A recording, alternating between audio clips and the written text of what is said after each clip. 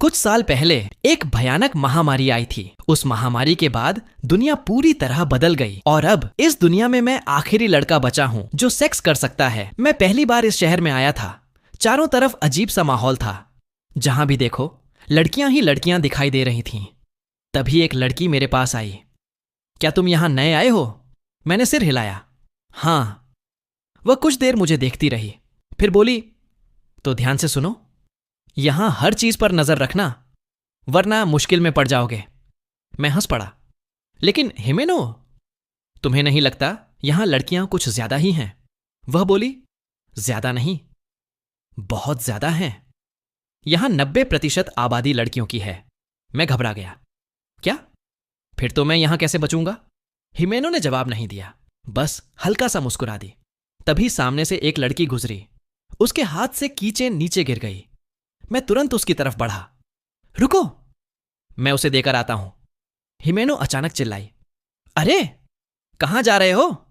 हे, जरा मेरी बात तो सुनो। लेकिन तब तक मैं आगे बढ़ चुका था। मैंने कीचेन उठाई और उस लड़की की तरफ बढ़ा। अचानक मेरे चारों तरफ कई लड़कियां रुक गईं।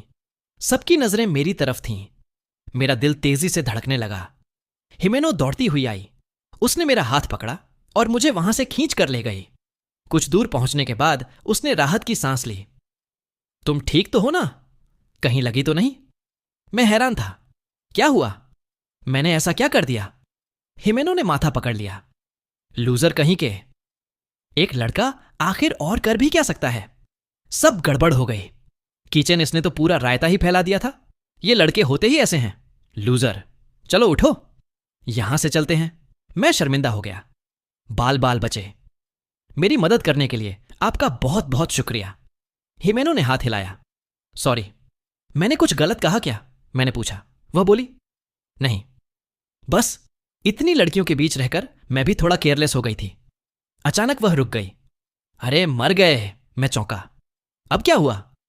वह धीरे से बोली, तुम्हें सच में कुछ नहीं पता ना? मैंने सिर हिलाया। नहीं। हिमेनो ने गहरी सांस ली। हमारे पास यहां क्या है? मुझे पता था, मैं सही थी। सुनो मियां, लड़कियां असल में तुम्हारी सोच से कहीं ज्यादा अजीब होती हैं।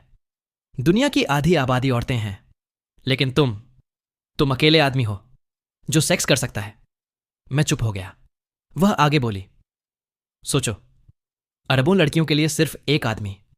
ऊपर वाला भी कितना जालिम है ना? मैंने कोई जवाब नहीं दिया। हिमेनो मुस्कुराई। अगर तुम्हें हमारे लिए बुरा लग रहा है तो हमारा दर्द भी समझने की कोशिश करो। प्यारे एटम। मैंने पहली बार अपना नाम उसके मुंह से सुना। एटम? तो सब लोग मुझे जानते हैं? वह हंस पड़ी। सब लोग नहीं, लगभग पूरी दुनिया। मेरे पैरों तले जमीन खिसक गई। क्या? हिमेनो ने सिर हिलाया। हां, इसलिए अब से संभल कर रहना, क्योंकि अगर तुम पकड़े गए तो जिंदगी बहुत मुश्किल हो जाएगी। मैंने आसमान की तरफ देखा। पहली बार मुझे एहसास हुआ कि मैं सिर्फ एक साधारण लड़का नहीं था। पूरी दुनिया की नजरें मुझ पर टिकी हुई थीं।